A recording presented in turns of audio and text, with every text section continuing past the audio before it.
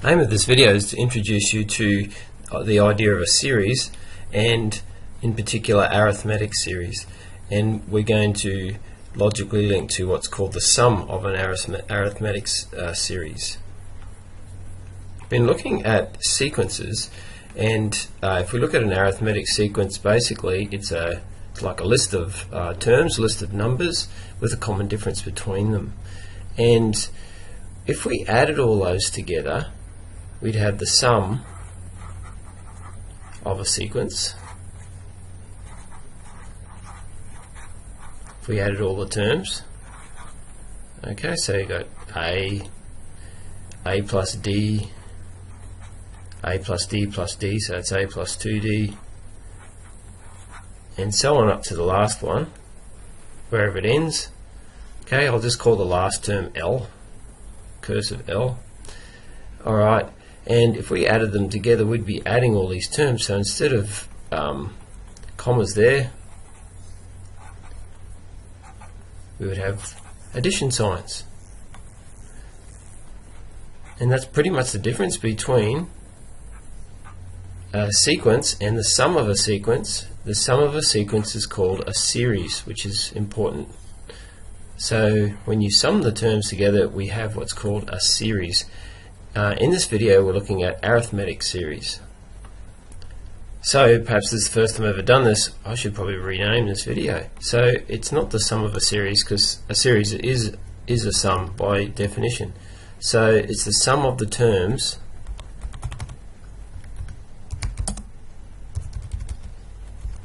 in an arithmetic sequence.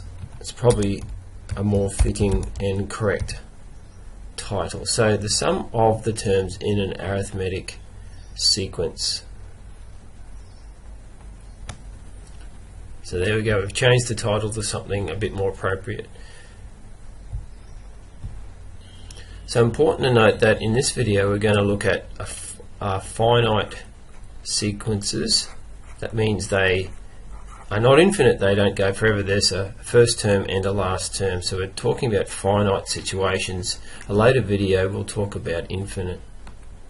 We're going to quickly look now at how we derive the formula for the sum of the terms in an arithmetic sequence, i.e. an arithmetic series up to a certain number of terms.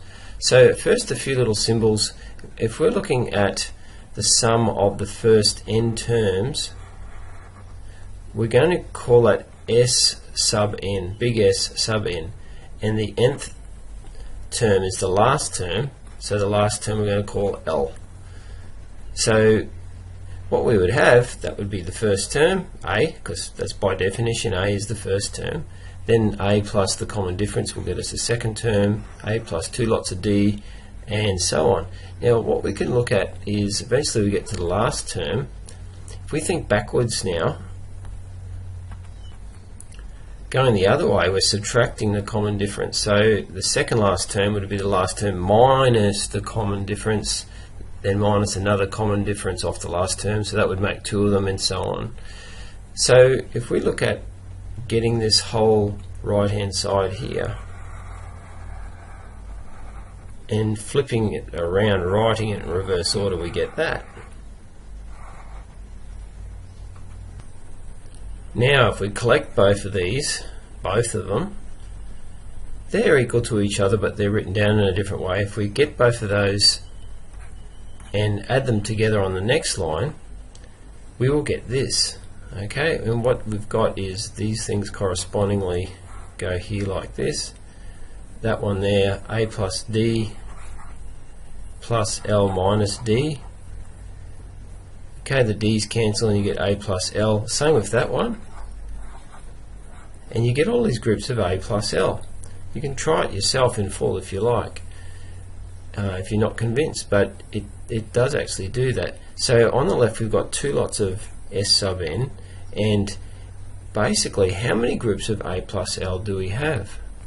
Well, the answer is we have n lots, because it matches the number of terms in the sequence. We have the same number of pairs down here as there are terms in the sequence. So we've got n lots of A plus L, and if we halve both sides of the equation, that become n over 2, and the 2 disappears as a coefficient off the left hand side, and we've got n over 2 outside of a plus L is the sum of the first n terms in a sequence. If we consider L, the last term, by using its formula that we've established, because n is the number of terms, basically we can replace L with that and group 2a plus n minus 1 times d with n over 2 out the front there.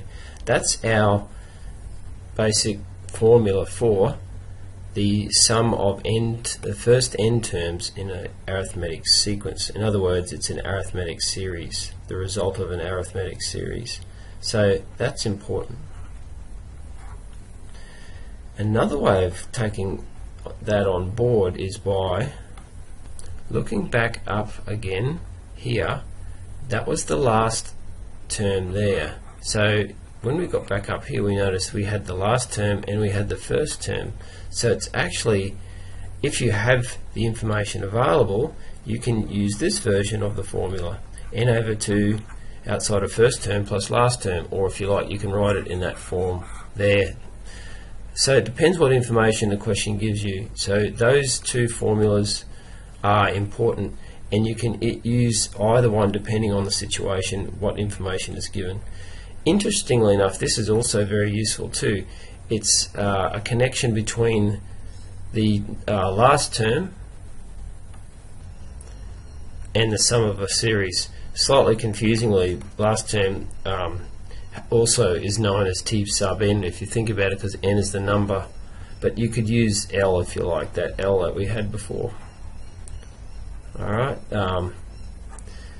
so it's still L for last term. You could write that here if you like, but if you think about it, it's the sum. This is a very handy one sometimes. If you have the sum of n terms all added together, and you had the same sequence with one fewer term, if you did that subtraction, you'd only end up with the last term out of this sum here. You'd only end up with one term from the sequence. So you can find the last term of this sequence that this came from. You can find the last term by looking at the same sum with one fewer element, and it only leaves the last term. Let's look at an example for the arithmetic sequence 2, 5, 8, 11. Calculate the sum of the first 14 terms. That once we look at a number of terms, even if it is an infinite series, once we cap it at a certain amount, it's treated as finite now. So if you worry about, oh, this is an infinite series, you said we weren't going to cover these at this point, but we're just going to look at the first 14 terms, so we're putting the brakes on there. So I've got our formula here. We need to identify A. So A is 2. We need to identify D. D is 3. N is 14. It's a simple matter of substitution into the equation. We do that, we crunch it, we get 301. So that's the sum. A more difficult one now for the arithmetic sequence here. Notice how it's finite, and we've got to take that and find the sum of the terms. So we don't know how many terms there are. So, well, we definitely need to find that out. We know what A is. A is 27. We can find out D. It's going down. D is negative 4. So in order to do this and use our formula, we definitely need to know N. So let's find out N. So we do know that T of N, going back to our sequences, is A plus N minus 1 times D. So we've got some terms we can use. In particular, we want to use the last term because that will tell us the value of n, because the number of terms in the sequence is based on the last term, isn't it? The last term has its cardinal number, which is the same as the number of terms in the sequence. So we get that last number, and it's negative 33. Luckily they told us that, and we substitute the other numbers in. We're looking for n.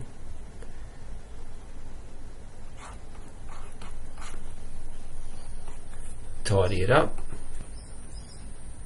Okay, and I've found out that we've got 16 terms in the sequence. Now, to find the sum of those 16 terms, we turn to our formula.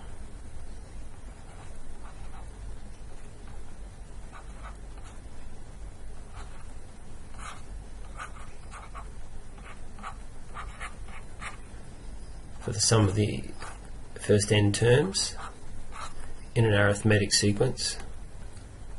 Subbing and calculating, we get negative 48, so the sum is negative 48. Interestingly enough, you could have used the other version of the formula with the first and the last terms there. That's the other version. The contents of the brackets could have just been the first and the last.